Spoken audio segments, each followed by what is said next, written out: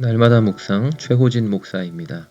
5월 28일 목요일 역대하 28장 1절에서 15절까지의 말씀 묵상을 함께 합니다.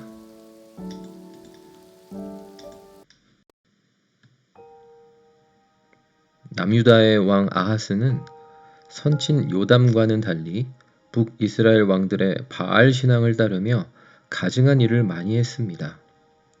아하스 시절 유다가 아람에 이어 북이스라엘의 침공을 받아 포로로 잡혀가며 많은 백성들이 살해당한 이유를 역사가는 왕이 조상의 하나님 여호와를 버렸기 때문이라고 평가합니다. 하루에 군사 12만 명이 죽임을 당하기도 하고 왕자와 나라의 핵심 인물들이 살해를 당하기도 했습니다. 20만 명이나 이스라엘군의 포로가 되고 재물을 빼앗긴 채 사마리아로 끌려가기까지 합니다. 그런데 하나님이 의기양양하여 대규모 포로를 끌고 사마리아로 돌아오는 이스라엘 군대에 개입하십니다. 선지자 오뎃을 통해 유다의 죄로 인해 그들의 손에 넘겼지만 유다 곧 이스라엘의 형제들을 포로로 잡아 노예 삼는 것은 하나님께 범죄하는 것임을 일러주십니다. 유다 사람들 포로 삼은 죄로 인해 하나님의 진노가 임할 거라고도 하십니다.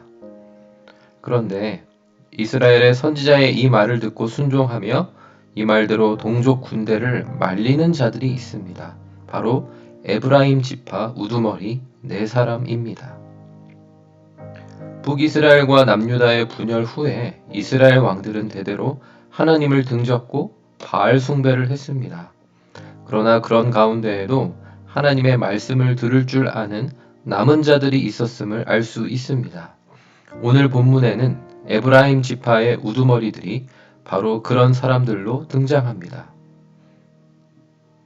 다윗의 계보는 남유다에서 계승되고 있었습니다. 하지만 아하스 왕이 하나님께 등을 돌리자 하나님은 남유다를 징계하는 도구로 북이스라엘을 사용하십니다.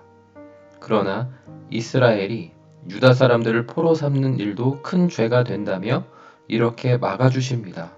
그리고 이렇게 막아주실 때 북이스라엘의 남은 자들을 사용하셔서 하나님의 말씀대로 유다 포로들의 귀환이 이루어지게 하십니다.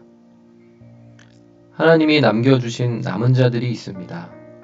포로로 잡혀가던 유다도 예상하지 못한 시기에 이스라엘의 땅 사마리아에서 그런 은인들을 만났습니다. 코로나19 상황 속에서 하나님이 저를 낭뜨교회에 부임하게 하셔서 낭뜨에서도 하나님이 남겨두신 하나님의 사람들을 만나게 하십니다. 코로나19로 인한 여러 변화와 어려움이 많은 상황 속에서도 신실한 사람들을 저에게 맡기시며 또 목회적인 책임을 다하게 하십니다.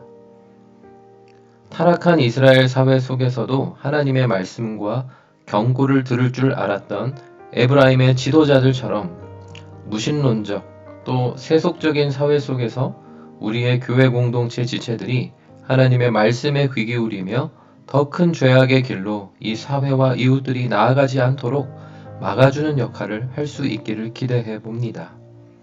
우리의 지역 사회와 가정 곳곳에 하나님의 말씀에 순종할 줄 아는 지도자들이 잘 세워질 수 있기를 소망합니다.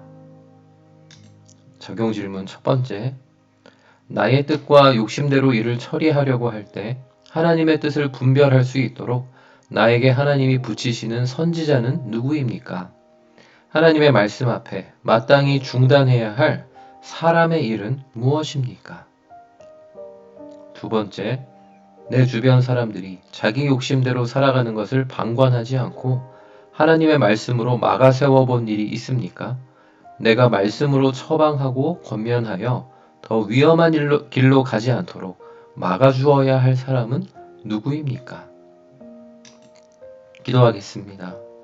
하나님 아버지, 남유다를 징계하시면서도 북이스라엘이라는 징계의 도구 역시 더 큰 화를 자초하지 않도록 선지자 그리고 남겨둔 자들을 사용하신 하나님의 전략을 바라봅니다.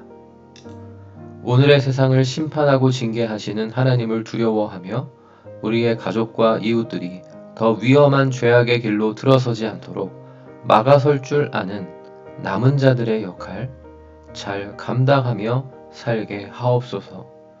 예수님의 이름으로 기도드립니다. 아멘.